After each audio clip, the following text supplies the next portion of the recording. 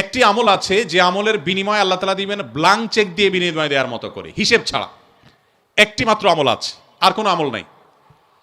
যে আমল সম্পর্কে আল্লাহ রাব্বুল আলামিন কোরআনে কারিমে বলেছেন যে এই আমলটি করলে দুনিয়াতে কোনো কাজের বিনিময় যেরকম ব্ল্যাঙ্ক চেক দিয়ে দিলে আমরা মনে করি যে ফিগার তার মতো বসা নিতে পারবে, সবচাইতে বড় অ্যামাউন্টটা সে বসাতে পারবে, ঠিক একইভাবে একটি আমল করলে কিয়ামতের ময়দানে বান্দাকে আল্লাহ তাআলা হিসেব করে করে কয় ওয়াক্ত নামাজ পড়েছ, কয়টা রোজা রেখেছ, কয় টাকা দান করেছ, কয়বার কোরআন তেলাওয়াত করেছ, কয়বার তাসবিহ করেছ, এভাবে হিসেব করে করে আল্লাহ তাআলা দিবেন না। আল্লাহ তাআলা থোক ব্ল্যাঙ্ক চেকের মতো হিসেব ছাড়া দিয়ে দিবেন একটা আমল বিনিময়। সে আমলটা কি? কোরআনে কারিমে আল্লাহ বলেছেন ইন্নামা ইউওয়াফাস সাবিরুনা আজরাহুম বিগাইরি হিসাব। যারা তাদের জীবনে ধৈর্যশীল হিসেবে নিজেদেরকে প্রমাণ করতে পেরেছেন।